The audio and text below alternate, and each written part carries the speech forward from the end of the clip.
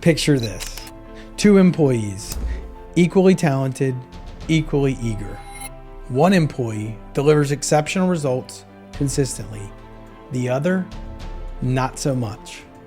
What's the difference? Well, before the end of this video, you're gonna know exactly what it is and how you can be more like the one that delivers exceptional results.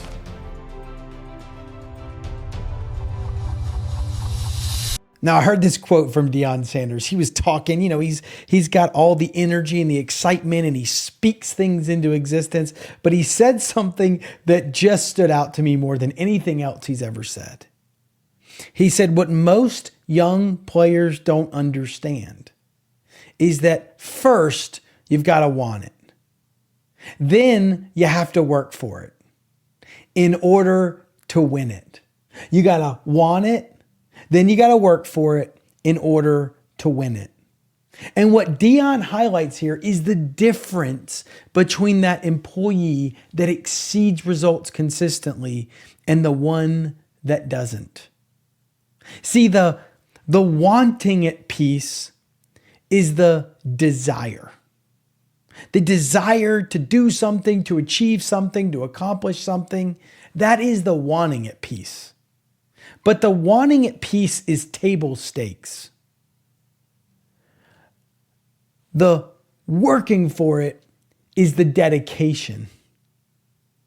The getting after it every single day. The working for it. And then that doesn't guarantee results, that desire and that dedication, but it certainly increases the likelihood of it. See, you can have 100% desire, but not be dedicated.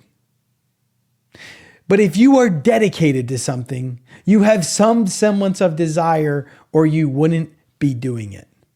Now, most people have some sort of desire. They want something. But when they don't work for it and they're not dedicated to it, they experience this little thing called the disappointment gap.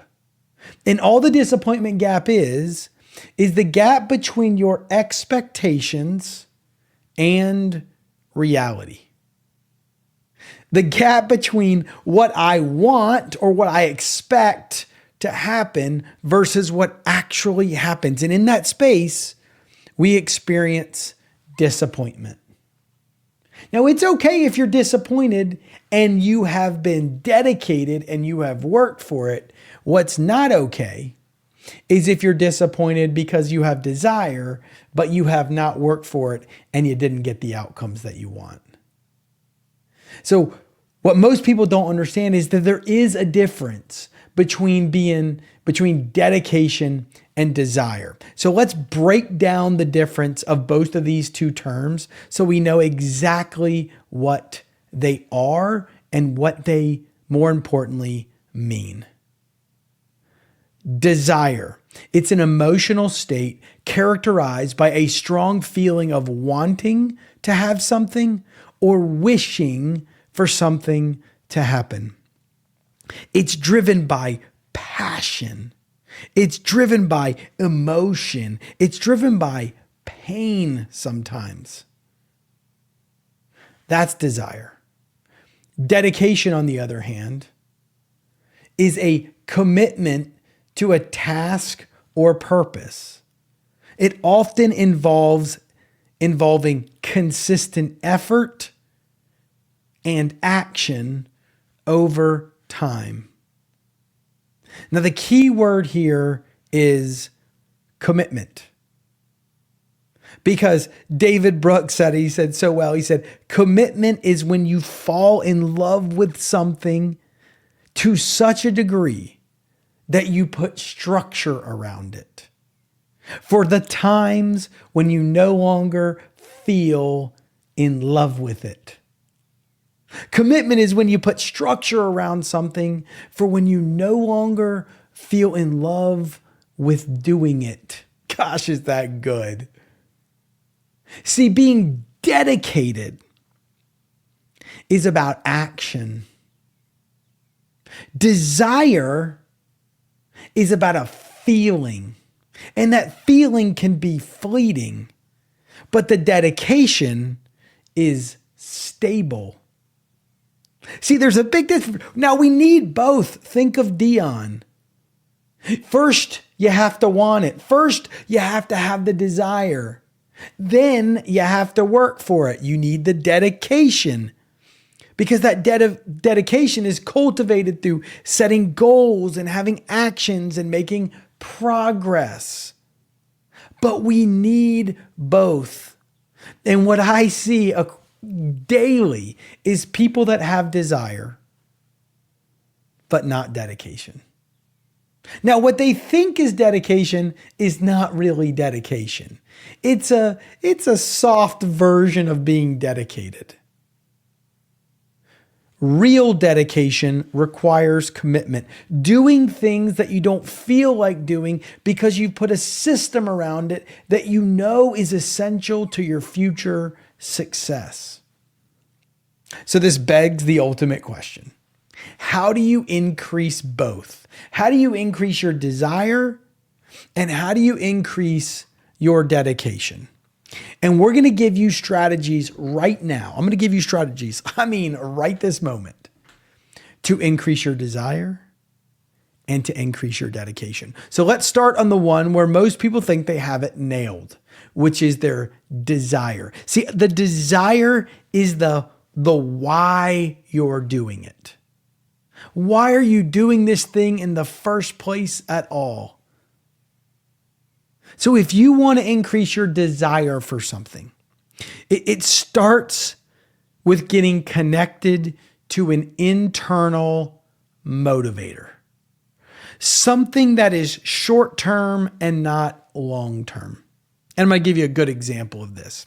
See, if you want to work out, some people would say, well, I want to work out or be healthy for XYZ reason. Great.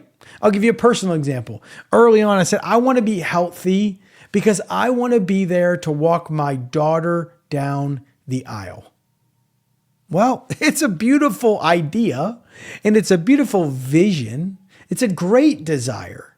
However, she's 9, which means she's probably 13, 14, 15, 17 years away from that day actually happening, God willing. Now, I can have and make a lot of poor choices in my health journey and most likely make it 15, 16 years, depending on some circumstance out of my control.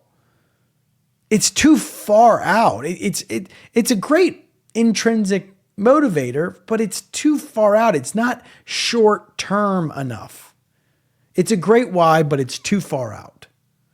If you want to increase your desire, we've got to look for something shorter. So here's an example. I'm going to be coaching 6th grade football. Well, 6th grade football starts at the end of July, just a few months away.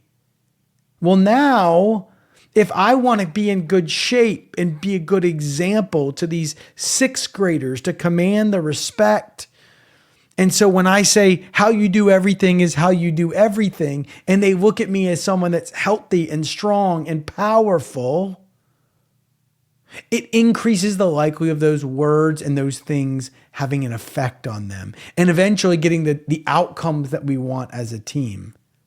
So now I have an internal motivator of getting this team together and being a good example, and it's short term, and it can spur on the desire to get in better shape or to achieve a short-term fitness goal. So the first way that you can increase desire is to connect to an internal motivator that's short-term and not long-term. The second way that you can do it, and it's probably my favorite, is to watch other people have success. Because when you watch someone else have success, it creates this inspiration in you. It breathes life into you. Sometimes that life being breathed into you out of someone else's success can be jealousy.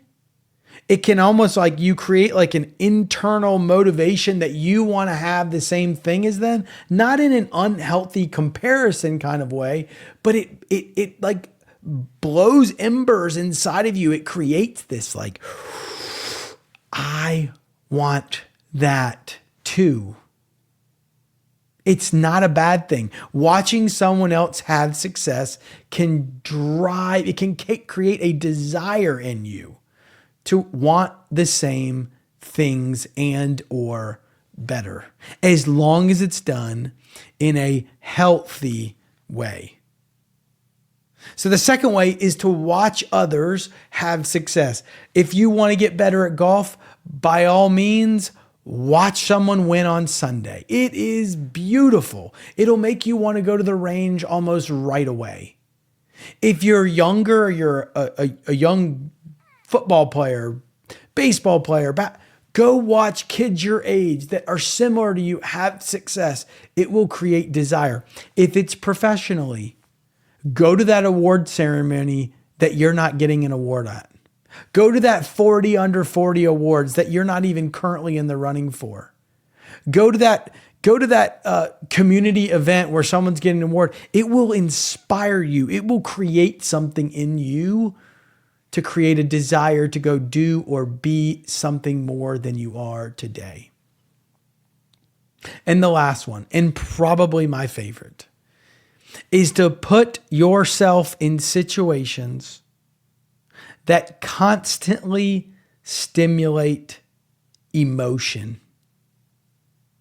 Put yourself in situations that constantly stimulate emotion. Because remember what I said, desire is an emotional state, and it typically comes from some form of passion or pain or struggle. So when you put yourself in situations where you're at heightened emotional states, now we have a chance for that desire internally to have a flame. I love this example of the game Fortnite. Like all these young kids and 9, 10, 11, 12, 13, 14, 15, whatever, probably adults. They love this game of Fortnite. And while it's not my favorite game and I don't encourage people to play it, it does something because it creates emotions in young men and women that play it. It's social, and you see your friends, and it's invigorating to the eyes, aesthetically pleasing, and you win or you lose. It creates a competition constantly. And right when it's over, you get to start another competition. If you want more desire, if you want to create more desire in others, put them in situations that stimulate their emotions and is filled with competition. If they have any sense of competitive bone in their body, or you have any sense of a competitive bone in your body, it will create a desire. And one of the best ways to create that desire is when you lose. Because in losing, we learn something about ourselves. We don't learn something about ourselves when we win very much, but when we lose, when we see somebody else's success in person and they beat us at something, boy, that desire, it's like a light switch that gets clicked on. It's flicked on right up. I was speaking to a dad a couple weeks ago, and he said, my son's kind of into this game of golf, kind of not. But then his friend beat him in a match. And the next morning, guess where that little man was at 7 a.m. before school? He went out to the putting green. Because his friend that never beaten him before beat him the first time. He was in a competitive environment that stimulated his emotion. And all of a sudden, that desire, up it comes. The light switch gets turned on. But unfortunately, most leaders, most parents, they remove this from their kids. They remove this from their employees in fear of what it might do. And it has the opposite effect. Because remember Deion, without desire, without the wanting of it, we're not going to work for it. And if you protect people from the desire, they're never going to learn how to work for it. You're actually going to hurt them more than you help them. Okay, just to review, if you want to increase desire, number one, connect to an internal motivator. Short term, not long term. Number two, watch other people have success. And number three, be in situations that constantly stimulate emotion. That can come from competition. Okay, that's desire. Now, if you already have that desire, if you already want it bad, I mean, you want to be successful, you want to have great things happen, you desire it. Now we've got to flip on the switch of dedication. What can you do to increase dedication? Well, the first and the most important thing is to set clear and achievable stretch goals. I love the Jim Rohn quote. He says, I want you to set the kind of goals that will make something out of you to achieve them. So good, Jim. I want you to set the kind of goals that's going to make something out of you to achieve them. If we want to increase our dedication, which is the how to, the actions beside the desire, we've got to set some goals that we can achieve, that we're chasing after, that we're aspiring towards. Because then it gives meaning to our action. And if we're acting without meaning, it won't sustain itself. So what those goals, those stretch goals that make something out of us to achieve them, it will create meaning to the action that are required. Okay, the first is to set clear and achievable stretch goals. Number two, I want you to break those goals down into smaller priorities and then initiatives. And what that means is if you have let's just use a health goal as example. If we have a goal to get to 165 pounds by the end of the year, well, now that's great. But now we've got to set some priorities and some initiatives every single day that's going to help us achieve that goal. We call this the GPI method: goals, priorities, initiatives. Goals without priorities will not be achieved. We won't be focused. There'll be too many things going on. We'll do the things that don't actually help advance us towards achieving that goal. But if we set that goal and we define the 3 or 4 priorities underneath it, that if we focus on more than other things in our daily initiatives, then we'll have a chance to achieve that goal much more likely than we would if we didn't know what we were focused on. Okay, number one, we're going to set achievable but stretch goals. 2, we're going to define the priorities and the initiatives that we need to focus on a day-to-day basis to help us move closer to achieving that goal. Number 3, we must increase accountability. Most people believe accountability is a negative. It is not. It is the opposite. Accountability is an advantage. Make it your obligation. I'll give you an example. Let's say tomorrow morning, I tell myself that I'm going to go work out at 6 a.m. Great. I'm trying to achieve a goal. I said I'm going to work out 3 times a week. Those are my priorities and my initiatives. I'm going to go work out tomorrow at 6 a.m. Sounds good. Well, in option number 1, the alarm goes off at 5:30. I look at that clock. I'm exhausted. I stayed up late working the night before. I got not that busy a day. I'll just go later. I'll just hit snooze or turn off that alarm. That's option 1. Option number 2 is I know there's a personal trainer waiting in that gym at 6 o'clock for me to work out with him or her. Which situation am I more likely to show up at the gym? Of course, the one with a personal trainer or a friend at the gym waiting on you. Now is the time. If you want to increase your dedication, you've got to increase your accountability. Invite people into your walk, into your life that's going to hold you accountable to the right actions every single day. Because the last way to increase your dedication is to understand that consistency in action is king. The consistency of your actions is the king. It is not about intensity. It's not about going one time and doing it a few times really, really hard. No, it's about showing up every single day and getting a little bit better today than you were yesterday. Can I get 1% better? Can I believe in that aggregation of marginal gains? Can I put in deliberate practice a little bit and make myself a little bit better today than I was yesterday? Because then you'll be stacking days. Then you'll be consistent. And when you're consistent every single day, or depending on what you're trying to get better at, every single week, without fail, you'll get better. So again, let's go back to that Deion Sanders quote.